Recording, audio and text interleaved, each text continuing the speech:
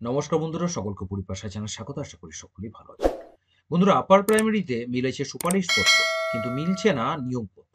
নাকাল হচ্ছেন শিক্ষকরা। আজকে সেই গুরুত্বপূর্ণ বিষয়টি নিয়ে আলোচনা করবো, তাই সকলকে বলবো ভিডিওটি প্রথম থেকে শেষ পর্যন্ত অবশ্যই দেখবেন এবং বিস্তারিত অবশ্যই জানবেন।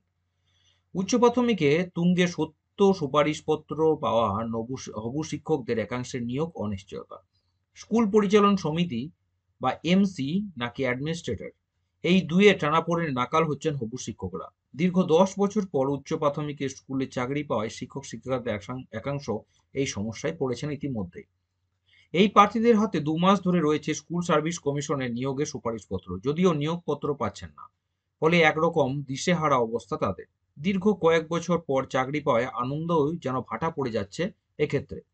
আসলে অনেক স্কুলের ইতিমধ্যে স্কুল ম্যানেজিং কমিটির মেয়াদ ফুরিয়েছে। আবার মধ্যশিক্ষা পর্ষদের নির্দেশ মতো বহু স্কুলে প্রশাসকও নিযুক্ত হননি স্কুলে।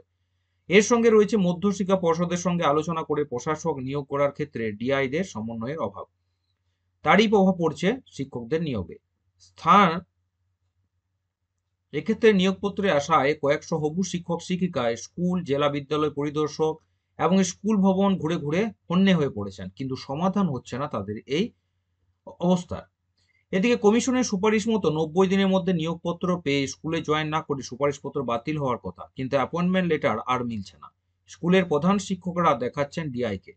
এই পশ্চিমবঙ্গ প্রধান শিক্ষক সমিতির দাবি, সাধারণত স্থানীয় বিধায়কের সুপারিশ মতোই নাম যায় স্কুলে পরিচালন কমিটি।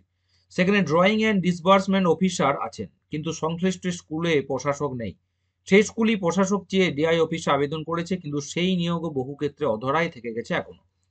সুতরাং বোঝা যাচ্ছে যে বিভিন্ন স্কুলের বিভিন্ন অবস্থার কার্যত দুরবস্থার সম্মুখীন হচ্ছে সদ্য নিয়োগপ্রাপ্ত বা নিয়োগপত্র হাতে পাওয়া শিক্ষক শিক্ষিকারা।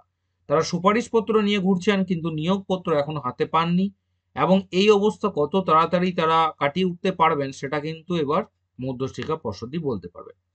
আসছি পরে ভিডিও নিয়ে। সকলকে বলবো চ্যানেল নতুন, চ্যানেলটি করতে অবশ্যই সাবস্ক্রাইব করবেন, শেয়ার করতে ভুলবেন না, নোটিফিকেশন বেলটি অবশ্যই অন করে রাখবেন, ভিডিও অবশ্যই লাইক করবেন। সকলে ভালো থাকবেন, সুস্থ থাকবেন।